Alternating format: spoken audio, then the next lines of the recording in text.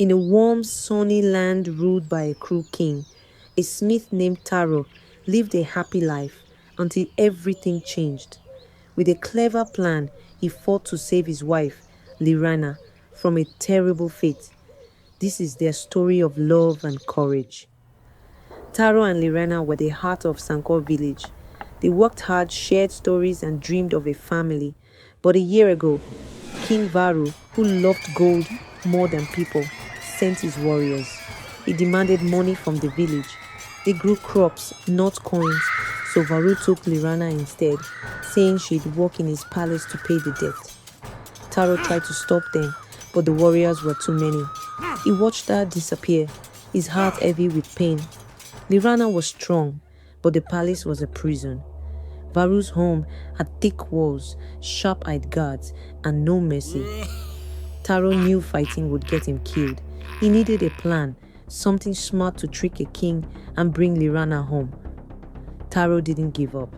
He walked the village, talking to traders and elders to learn about Varu. The king loved shiny things and being called great. Taro sat by the river, missing Lirana, promising to save her. Back home, he drew plans, thinking hard. A sword wouldn't work, but a gift might. He decided to make a bronze staff, beautiful enough to make Varu smile. Taro worked for weeks, shaping it with stars and shells to look special. Inside, he hid a secret, a potion to make people sleep, strong enough for a whole room. Taro found a wise herbalist who knew plants that could make anyone sleep. He traded for her help, mixing the potion carefully.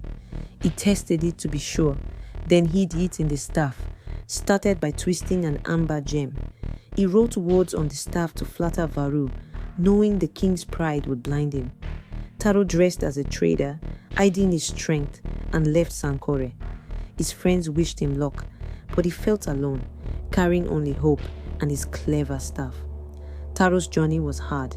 He walked for days across the hot savannah, carrying Lirana's bracelet for strength. He crossed rivers and hid from Varu's warriors, who searched for troublemakers. In towns, he stayed quiet, trading for food, but never showing his staff. Every step, he thought of Lirana, imagining her smile. When he saw the palace, his stomach tightened. Guards watched everyone, and Taro knew one mistake could end his plan. Taro reached the palace gates, his heart pounding. He showed the guards a glimpse of the staff, and they liked its beauty, letting him pass. Inside, the palace was grand but cold. Varu sat high, looking down on everyone. Taro saw Lirana in the shadows, working hard, and his chest ached. He knelt, offering the staff, pretending to be a simple trader. But his mind was ready for the trick.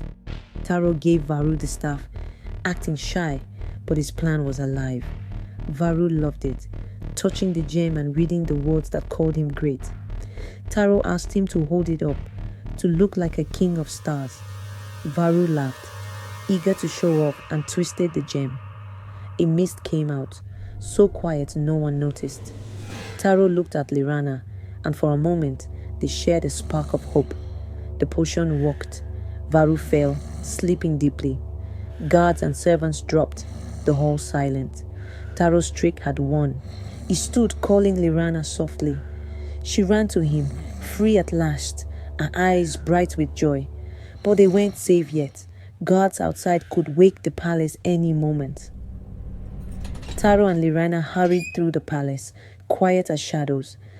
A weaver had told Taro about a hidden path, and they found it, avoiding guards. They reached a small door and stepped into the night, free hair on their faces. A friend had left a horse, ready to go. They rode together fast and strong across the savannah.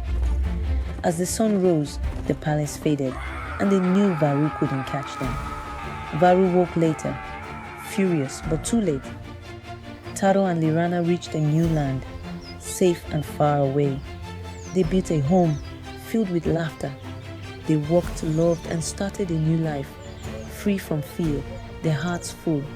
Taro never made weapons again, but his love for Lirana grew stronger every day.